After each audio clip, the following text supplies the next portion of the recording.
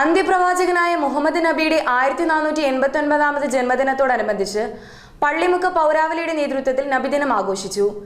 ഇതോടനുബന്ധിച്ച് ആയിരക്കണക്കിന് ആളുകൾക്ക് അന്നദാനം നൽകി.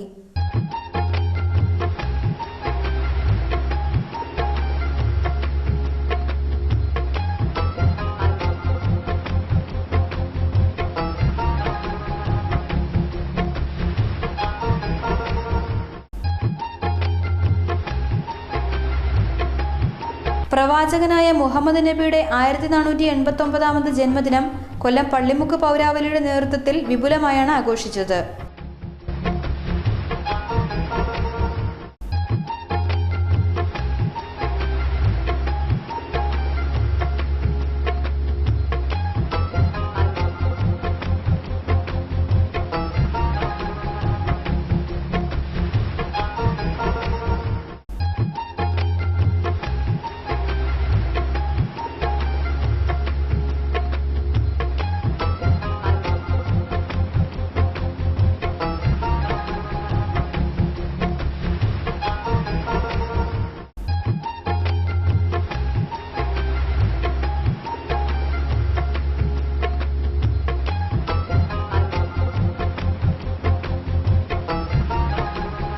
മതേതര ഐക്യവും സാമുദായിക കൂട്ടായ്മയാണ് അന്നദാനത്തിലൂടെ ലക്ഷ്യമിടുന്നതെന്ന് നബിദിന സന്ദേശം നൽകിക്കൊണ്ട് NK പ്രേമചന്ദ്രൻ MP പറഞ്ഞു.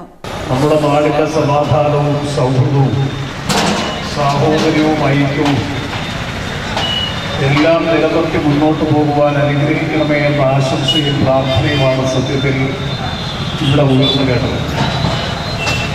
മതേതര ജനാധിപത്യ ഭാരതത്തിൽ അത്തരത്തിലുള്ള സനാതന ബോധത്തിനെതിരായി ശക്തമായ വെല്ലുവിളികൾ ഉയർന്നു വന്നിരിക്കുന്ന സാഹചര്യത്തിൽ സാമുദായികമായ സൗഹാർദ്ദവും മതേതര ഐക്യവും ഊട്ടിയുറപ്പിക്കാൻ ഉതകുന്ന നിലയിൽ മുന്നോട്ട് പോകുവാനുള്ള കരുത്തും ശക്തിയും നമുക്ക് നൽകട്ടെ ഈ അവസരത്തിൽ ആത്മാർത്ഥമായി ഞാൻ ആഗ്രഹിക്കുകയാണ്, ആശംസിക്കുകയാണ്. കേരളത്തിൽ തന്നെ നടക്കുന്ന ഏറ്റവും വിപുലമായിട്ടുള്ള ജനകീയ സംരംഭം എന്ന് വിശേഷിപ്പിക്കാൻ കഴിയുന്ന നിലയിൽ ഏതാണ്ട് 61ഓളം ചെണ്ട് ഭക്ഷണം ഇവിടെ തയ്യാറാക്കിക്കൊണ്ട് സാധാരണ ജനങ്ങൾക്കും സമൂഹവുമായി അവരുടെ സമ്പാദ്യവും അധ്വാനവും ശേഷിയും പങ്കുവെക്കാനുള്ള ഒരു സംരംഭത്തിനാണ് നാം നേതൃത്വം കൊടുക്കുന്നത്. ഇതിന് നേതൃത്വം കൊടുക്കുന്ന പള്ളിമുക്കിലെ മുഴുവൻ ഡ്രൈവേഴ്സിലൂടെ അവരോടൊപ്പം സഹകരിക്കുന്ന മറ്റെല്ലാ പ്രവർത്തകരെയും കൃത്യമായി അവസരത്തിൽ അനുമോദിച്ചുകൊണ്ട് ജമാഅത്ത് പ്രസിഡന്റ് ഹാജി എ യൂനിസ് കുഞ്ഞ് നബിദിന സന്ദേശം നൽകി.